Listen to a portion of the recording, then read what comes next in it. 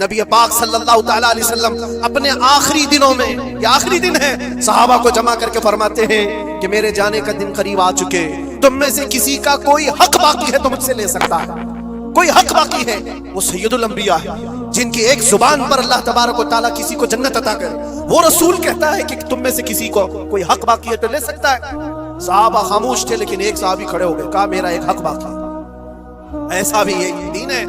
حضور سے کہتے میرا حق باقی ہے، حضور نے فرمایا کیا باقی آج لے سکتے ہو؟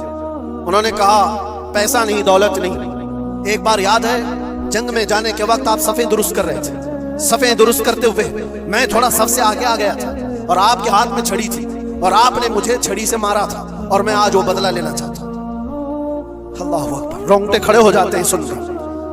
انہوں نے جیسے ہی کہا صحابہ کی گردنیں تن گئی، کہا کون ہے جو سید الانبیاء سے بدلے کی بات کرتا ہے؟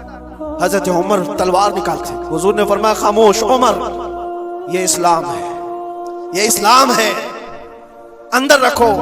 اور صحابی سے کہا اجازت ہے، تم بدلہ لے سکتے ہو۔ حضور پاک صلی اللہ تعالیٰ علیہ وسلم کھڑے ہو گئے، وہ صحابی آگے آئے اور کہا کہ میں بدلہ اس صورت میں لوں گا کہ جس وقت آپ نے مجھے مارا تھا اس وقت میرے بدن پر کوئی کپڑا نہیں تھا، میں صرف لنگی پہنا ہوا تھا، تہبند تھی، اوپر کا جسم میرا کھلا ہوا تھا، میرے جسم پر کوئی لباس نہیں تھا، اوپر صرف تہبند پہنا ہوا تھا، میں چاہتا ہوں کہ آپ بھی صرف تہبند پر ہو، آپ کا جبہ نکال دیجیے آپ۔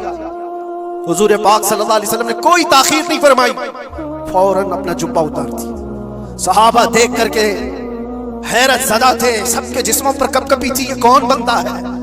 محبوب خدا کی بارگاہ میں اس طرح کی بات کرتا ہے؟ اللہ تبارک و تعالیٰ جس کے لیے حکم فرمائے، جبرائیل جس کے قدموں کا بوسہ لے، آج وہ سید الانبیاء کے سامنے بدلے کی بات کر رہے، سب حیرت زدہ تھے، لیکن فرمان تھا مصطفیٰ کا، کسی نے کچھ نہیں کہا۔ حضور نے جبہ اٹھا دیا، وہ صحابی بڑھ کر کے آئے، پیچھے کی طرف آئے اور حضور پاک کے دو کندھوں کے بیچ میں جو مہر نبوت تھی اس کو چوم کر کے بوسے لینے لگے اور کہا فزت برب الکعبہ، رب کعبہ کی قسم میں اپنی مراد کو پہنچ گیا۔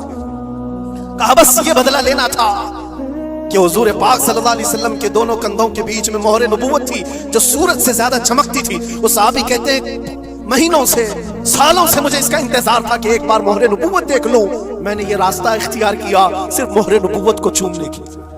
واقعات تو اپنی جگہ پر، لیکن حضور سید الانبیاء نے اپنے آپ کو جو پیش فرمایا، بتاؤ کوئی اس سے زیادہ ایکویلٹی کی بات کر سکتا ہے؟